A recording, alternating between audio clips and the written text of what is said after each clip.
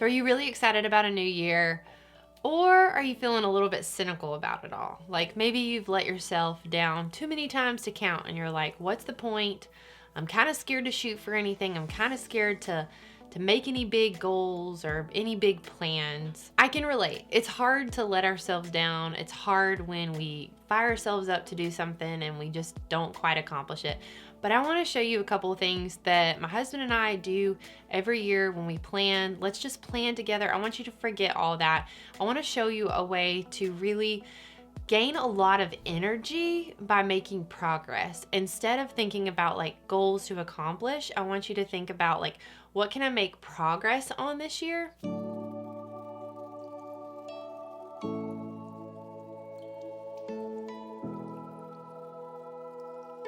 So this yearly planning that my husband and I have been doing, we've been doing it for around 8 years. And when we go away and do this planning that I'm going to tell you about, it has helped us really accomplish some big goals. For instance, it helped us pay off $80,000 in 2.5 years. It was so crazy. It literally just started with us going away, dreaming and planning, and then just like figuring out exactly what we were going to do. That's just one example.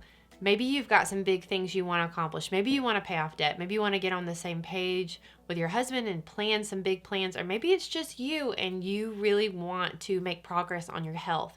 I'm going to show you some things that could be really, really helpful for you today. So hey, my name is Lana. This is Girl Teach Me. This whole channel is just for you. I have just thought about all the different pain points that you might be feeling in motherhood.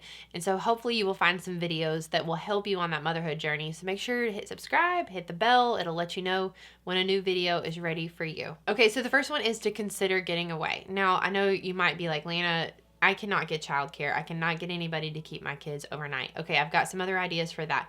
But if you can try to get away for 2 nights, what we usually do is we try to go like maybe 2 hours away to the mountains. We get a small Airbnb, nothing fancy. We literally just went away this past weekend to a little condo in Sugar Mountain. We could see the ski lift, but we never went skiing because we had to take my little baby with us who was kind of sick. And we really just legit sat there by the fire all weekend long. It was so cozy, so nice. It wasn't anything mountaintop-esque. Well, we were on a mountaintop, but like it wasn't like the best getaway we've ever had because it's never wonderful when we have to take a nursing baby with us. But it gave us a break from the big kids and it gave us lots of dedicated talk time. And when you have kids, you know, you just constantly get interrupted. And as our kids are getting older, they understand more conversation. And I'll just say it was so nice. We really got to talk through some things, some of the things I'm going to show you today. If it's just impossible to get away together, I would say maybe just get away by yourself for a night or two in a hotel. Or you could even just go to a coffee shop, extended period of time, get a sitter for that. If somebody can just give you a break for a little while, I would say if you absolutely could not do that, maybe just dedicate 1 or 2 nights after the kids go down to just sit with your notebook and dream and plan. That could be really, really powerful too. And just to bring it together and talk together, it just is so important to just dream together. But first, I think you have to dream for yourself. Like, what would you love to accomplish this year? I know for me, what I kind of came away from this weekend as I realized, like, there are some things I want to change in my parenting. There are some things I want to change in my marriage. But honestly, it starts with me. I realized I need to think about me and how I can stay more connected to my Bible and the Lord. I just feel like a lot of the issues I'm dealing with personally come from the things that I can control within me and the things I need to work on. So instead of going and work on all these other things, I'm like, okay, I need to keep it home base right here. So that was just like personal takeaway from me this weekend. But I don't know that I really would have gotten there had I not had some time away just to think and plan. The second thing is to look back before you really look forward. So what my husband and I love to do is we like to make a huge long list, like just going back and forth. Like, what did we see God do this year? We actually have like a weekly couples guide you can download. It's free below, but we actually keep track of the ways we see God move. And then it's so cool to come at the end of the year and like go back through, because we always forget. Like, we're just forgetful people, right? We forget all the ways God just moved and how he was so generous with us, and people who have done certain things. It's just like, wow. And so just thinking back first is really, really powerful, and just celebrating and even, writing thank you notes or like calling that person and being like, wow, like, do you remember back in March when you dropped off dinner, but like you had no idea that I was like drowning at that time? Like, I just want to say thank you. Just things like that, I think, spur people on to do more kind deeds if we just pause and like, wow, thank you, that meant so much. So looking back before we look forward, I think just like rooting everything in gratitude, that can be like a catchphrase people say, but truly, if we're not thankful, it's hard to like reach for more, It's not about how much we have, it's about how much we're enjoying what we have. That's a quote from Charles Spurgeon, but it's true. Like, if we're not currently enjoying what we have, why are we going to reach for more? And a word on Christian contentment. It is so hard to fight for contentment. It is something that we actually just have to constantly fight for. And I'm not talking about the kind of contentment where we're not reaching for more. I'm talking about the kind of contentment where we have a deep joy that goes beyond circumstances, goes beyond the things that we have or we don't have. And the one thing that's probably helped me the most, honestly, is this book. It's an invaluable book. You can open it up to any point in the book. One of my friends was going through a really hard time, and she said, Lana, having this book by my bedside was just a constant and companion and a friend, and was just a timely word in a hard season. And so, can't encourage you enough. If you feel like you struggle with contentment, this book is so helpful. The third one is to just consider all the paths that you're on. I heard this in a sermon a couple of weeks ago, and it was like, boom, yes. He talked about how there's different parts of our lives, and what paths are we on in parenting, in our marriage, in our walk with the Lord, our finances. Like, what are the paths that we're on, and what would be the logical destination of those paths? And he talked about, like, if you wanted to get to Tennessee, you wouldn't get on the interstate going the opposite direction towards South Carolina. Like, you really got to think about, what paths am I on? Am I just living like I'm the exception to the rule in these certain areas? Like, if I know what I should be doing for my health, but I'm doing the complete opposite, how can I expect to feel good? I'm not going to feel good. That's not going to take me to a good path. And so just considering the different paths that we're on, and like, okay, do I like the current destination I'm going to, or do I need to completely get off this path, switch paths, go in a different direction? Like, we can pivot, The fourth one is to dream a little. This was really helpful for us. We kind of thought about, where do we want to be in 10 years? Where do we want to be in 5 years? Where do we want to be in 1 year? And that really took us like 2 to 3 hours. We did that. We didn't do that this past weekend. We really did that, I think, 2 years ago. And then we kind of like revised that last year. And then this weekend was a little bit different. But it's really helpful to think, okay, where do I really want to go?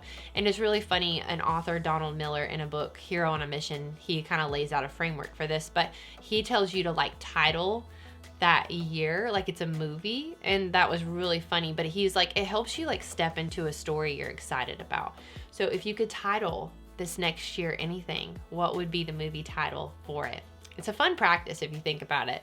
It really kind of gets you excited about the year. So just dream a little bit. Don't be the dream slayer. We joke and like dream slayer, like that's a joke between Matt and I. If one of us is talking about something we're really excited about and the other person just like shoots it down really fast, like, don't be the dream slayer for yourself. Dream a little bit.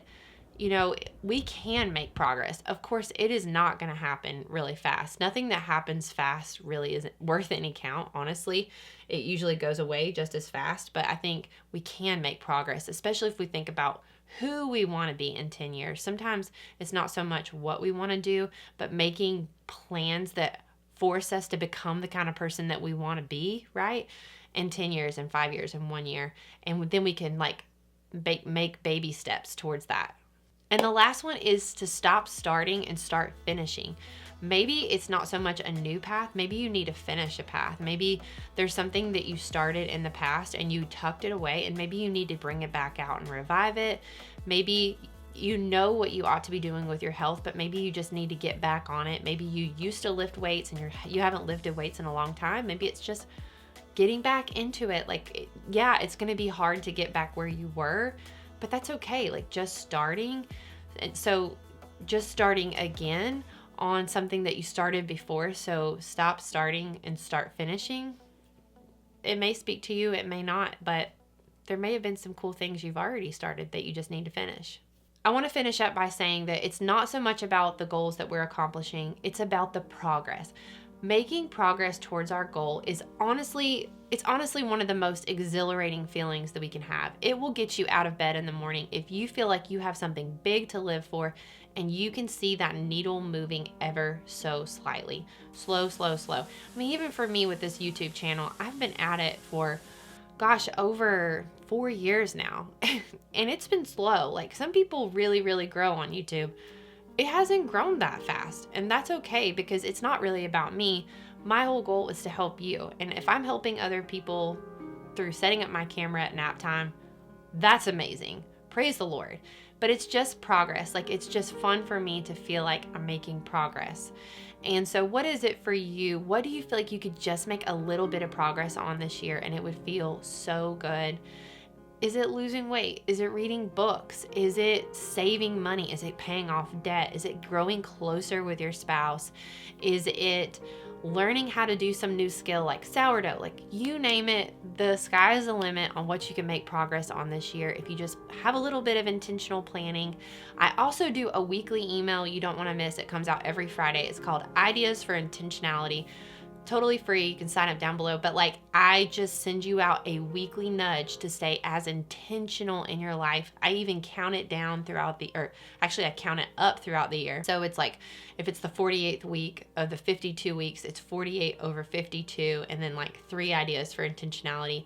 I share like my favorite books I'm reading, the podcasts I'm listening to, quotes, Bible verses. I share like favorite products I'm using, what I'm buying for my kids, recipes I'm cooking, all those things that might help you be more intentional. Make sure you go sign up for that email. And I just hope you hit subscribe. And I hope you set some amazing goals and just make some amazing plans this year. People around you need you to show up and make big plans, big dreams. The best plans, the best dreams are the ones that help others. Those are the ones we really get excited about and we keep traction with. So dream about how you can help some other people. That's the way to really up level your plans this year. And I'll see you again in the next video.